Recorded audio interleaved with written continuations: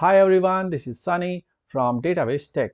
So today I had come up with one more new session on SQL queries and interview questions. In today's session, I will explain what is random and round. So these are the numeric functions that we use in SQL Server database, and these functions are inbuilt. So now let's do them one by one practically in SQL Server. For that, let's open SQL Server first. So first let's start with the numeric function that is random. Now what is the syntax here? Select random and then open and close bracket like this. This function we can use with parameter and without parameter. Let's first understand without parameter. Now when we will execute this function, what output we will get? Let's see that. So we get some random value which is in float, in decimal. Now, when we will execute this again, the same function without parameter, do we get the same output? No. You can see the output is getting changed. To compare this, let me copy this here. Let me execute this again. Copy this and paste it here. So you can see the difference here. Like no matter how many times you will execute this function, which is without parameter, you will get different value every time. So this function you can use to generate some serial number or some other purpose in SQL Server database. So this was without parameter. Now let's see when we use some parameter here. Let me delete this and then use some parameter as 1. Execute, you get the output as below. Let's copy this. Now when we execute this again with parameter as 1, do we get the same output or different? We get the same output. For random, we were getting the different output, but when we pass 1 as a parameter here, we get the same output that we get earlier. You can see it is same.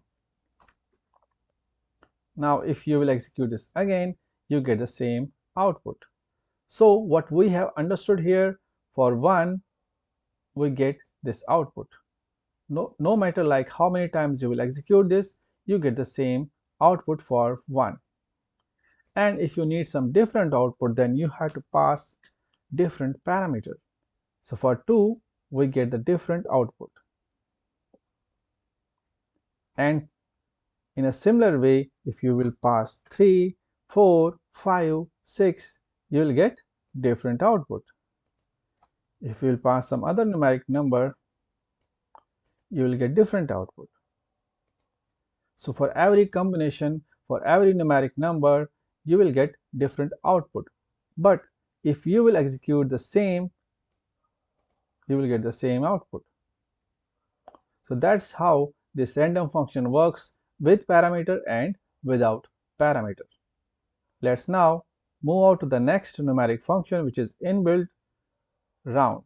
So let's see how round works. So what is the syntax? Select round. Let's pass some value as 23.567 and we will round this with 2. Now we have this number, okay, and we are rounding this number by 2. You can also get the scenario where you have to round the number by 2, by 3, by 4, or by 1, or by any number. Now what you have to check here, if you are rounding by 2, you have to check the third digit after decimal. And if you are rounding by 3, you have to check fourth digit after decimal. And if you are rounding by 1, you have to check second digit after the decimal. Right now we have to round by 2, so we will check the third digit. And now what we have to check here, we have to check if this third digit after the decimal is equal to 5 or greater than 5, then what it will become? This number will become 570. Now let's execute this and then I will show you how. You can see now this number has become 570, which is after decimal. So this 67 changed to 70. So this was one scenario where it changed to 570. Now if we give the third digit which is less than 5, for example 4, then this number will become 560. So for this digit we have only here two scenarios. Either it can be 570 or can be 560. Like the 64 will become either 60 or will become 70. Now that depends on this third digit. If this third digit 4 is equal to 5 or greater than 5, then it will become 570. 64 will become 70, and if it is less than 5, then the 64 will become 60. Now let's execute this and see. It is 560, so which is working as expected. Similar way, if you will change the number here and make it 4, then it will be 470 or 460. Execute this. The third digit 4, which is less than 5, so it will become 460. 460. And if it is greater than, then it will become 470. Similar way, like if you need everything here, all the three letters after the decimal, you don't want to delete anything or you don't want to change anything, then you have to do the round off by 3. Now you need everything here. So in that case, this 464 will be 464 only. There will be no change.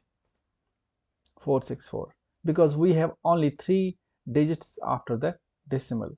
If we have some more digits, then it might have changed. It will change.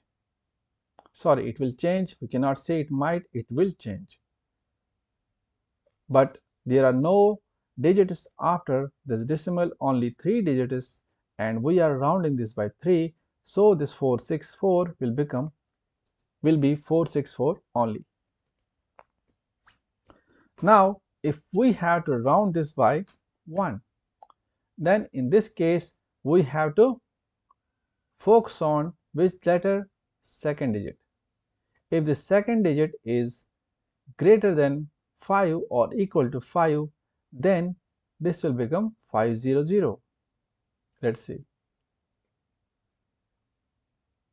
Execute. This is 500. And if this this second digit is less than, then it will become 400.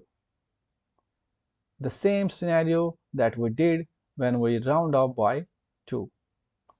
In a similar way, you can do the round off by 2, by 3, by 4 and 5.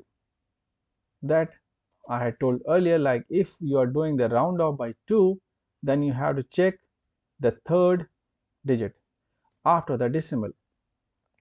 If you are doing the round off by 1, then you have to check second digit after the decimal. So that's how this round off works. So that was it for today's session. I hope you have understood round off and the random function. For now, let's wrap up the session. We'll come up with the next session shortly. Till then, have a nice day. Bye bye. Take care. Be healthy and be safe. And love your family, which is very important.